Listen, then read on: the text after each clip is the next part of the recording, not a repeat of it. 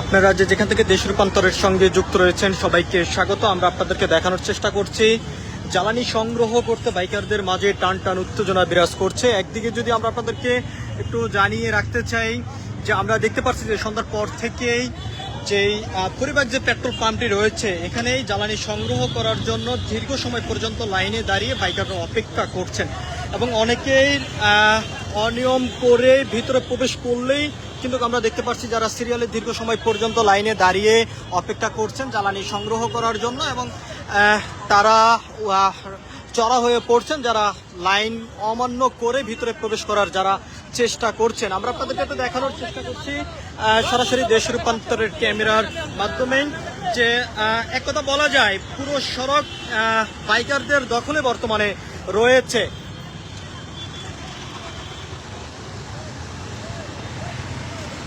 আমরা অনেকের সঙ্গে কথা বলেছি, তারা যেমনটি বলেছেন দীর্ঘ সময় পর্যন্ত লাইনে দাঁড়িয়ে অপেক্ষা করতে হচ্ছে জ্বালানি সংগ্রহ করার জন্য। অনেকে এখন আশঙ্কা করছেন যে তারা জ্বালানি সংগ্রহ করতে পারবেন কিনা। 3 থেকে 4 ঘন্টা পর্যন্ত অনেকে লাইনে দাঁড়িয়ে অপেক্ষা করছেন বলে এমনটি অভিযোগ করেছেন এবং নির্ধারিত যে সময়ের মধ্যেই পেট্রোল পাম্প বন্ধ করে দেওয়া হয়, যদিও সময় ঘনিয়ে এসেছে পেট্রোল পাম্প বন্ধ করে দেওয়ার এবং সেই সময়ের কারণে কিন্তু আশঙ্কার ভিতরে রয়েছেন যারা বাইক চালক রয়েছেন তারা যে জ্বালানি সংগ্রহ করতে পারবেন কিনা। এর বাহিরে আমরা দেখেছি যে গভীর রাতও সিরিয়াল মেনটেন করে গাড়ি রেখে তারা চলে গিয়েছেন জ্বালানি সংগ্রহ করার জন্য। অন্যদিকে যদি আমরা আপনাদেরকে জানিয়ে রাখতে চাই আইন শৃঙ্খলা রক্ষাকারী বাহিনীর সদস্যদের যে উপস্থিতি থাকার কথা ছিল সেটি কিন্তু আমরা দেখতে পাচ্ছি না।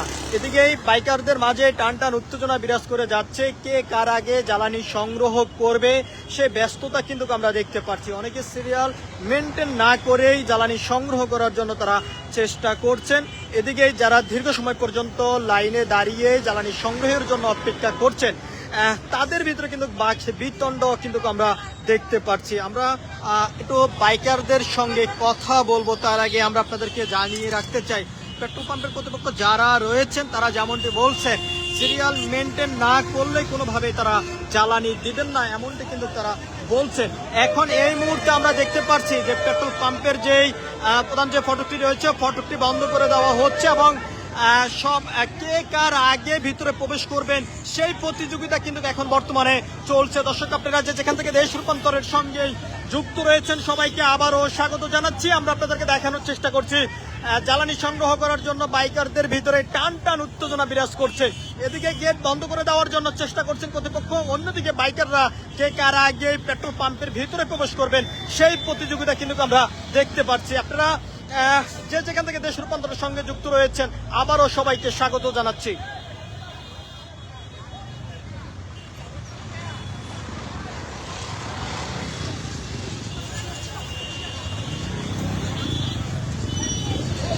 আমরা দেখতে পাচ্ছি পরিবার যে মেঘনা মডেল সার্ভিস সেন্টারটি রয়েছে পেট্রোল পাম্প সেখানে কিন্তু প্রতিযোগিতা চলছে জ্বালানি সংগ্রহ করার জন্য বাইকারদের মধ্যে।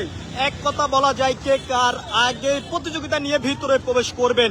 অন্যদিকে কর্তৃপক্ষ গেট বন্ধ করে দেওয়ার জন্য চেষ্টা করছেন। আমরা আপনাদেরকে একটু দেখানোর চেষ্টা করি যদি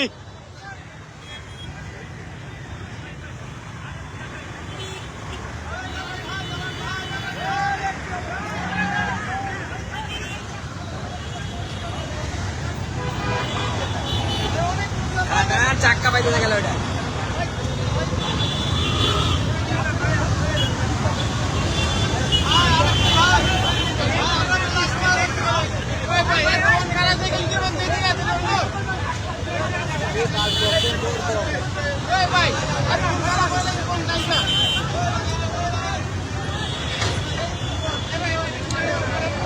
সর্বশেষ আমরা দেখতে পাচ্ছি যে গেটটি বন্ধ করে দেওয়া হয়েছে। এদিকে যারা দীর্ঘ সময় পর্যন্ত লাইনে দাঁড়িয়ে জ্বালানি সংগ্রহ করার জন্য অপেক্ষা করছেন কিন্তু তারা এখন জ্বালানি সংগ্রহ করতে পারবেন কিনা সে বিষয়টি নিয়ে কিন্তু আশঙ্কা তাদের ভিতরে রয়েছে।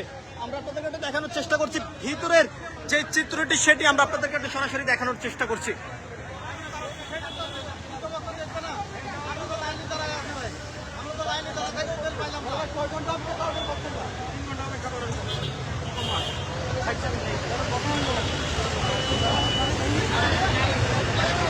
ভাই এগুলো শেষ করার পরে আপনাদের দিবে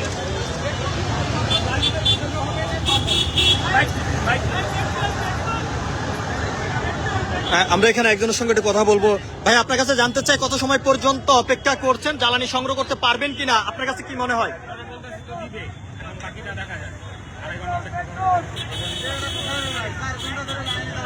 আমরা এখানে আরো একজনের সঙ্গে কথা বলবো। আপনি কত সময় পর্যন্ত অপেক্ষা করছেন, জ্বালানি সংগ্রহ করতে পারবেন কিনা, কি মনে হয় আপনার কাছে? এখন কি মনে হয়, এখন তো না দিলে তার জোর করে নিতে পারবো না, এত গেট বন্ধ। এখন তো তারা তো কইতেছে যে দেবে, বাইক দেবে, এখন কি করবে তারাই জানে। এই যে দীর্ঘ সময় পর্যন্ত লাইনে দাঁড়িয়ে থাকতে হয়, এতে আপনাদের কি ধরনের সমস্যা হয়? আমাদের বিভিন্ন সমস্যা, আমি রাইড শেয়ার করে খাই। এখন 3 ঘন্টা হলে তো 3 ঘন্টায় আমারই লস। 3 ঘন্টা না হলে তো 200-400 টাকা ভাড়া মারতে পারে, সেটা তো মারতে পারতেছি না। আমরা কথা বলছিলাম এখানে যারা জ্বালানি সংগ্রহ করার জন্য দীর্ঘ সময় পর্যন্ত লাইনে দাঁড়িয়ে অপেক্ষা করছেন।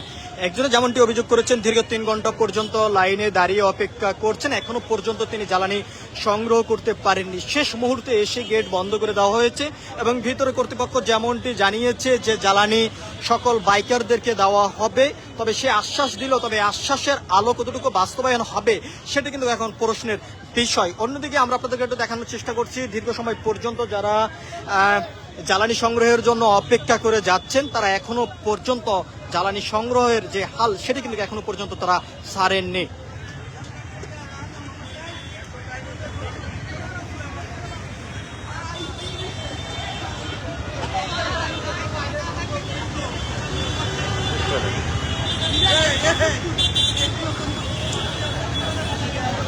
দর্শক, আপনারা যেখান থেকে দেশ রূপান্তরের সঙ্গে যুক্ত রয়েছেন সবাইকে স্বাগত জানাচ্ছি। আপনাদের সঙ্গে রয়েছে আমি মোহাম্মদ খোকা। আমরা আপনাদেরকে জানিয়ে রাখতে চাই, তেলের পাম্পে প্রতিযোগিতা চলছে, কে কার আগে তেল সংগ্রহ করবে, এবং সেই প্রতিযোগিতার মধ্য দিয়ে আমরা দেখেছি যে অনেকেই ভিতরে প্রবেশ করেছেন, অনেকেই সর্বশেষ অর্থাৎ তেলের পাম্পের যেই গেট রয়েছে সেখানে এসে কিন্তু তারা বন্ধ হয়ে গিয়েছেন, ভিতরে প্রবেশ করতে পারেননি।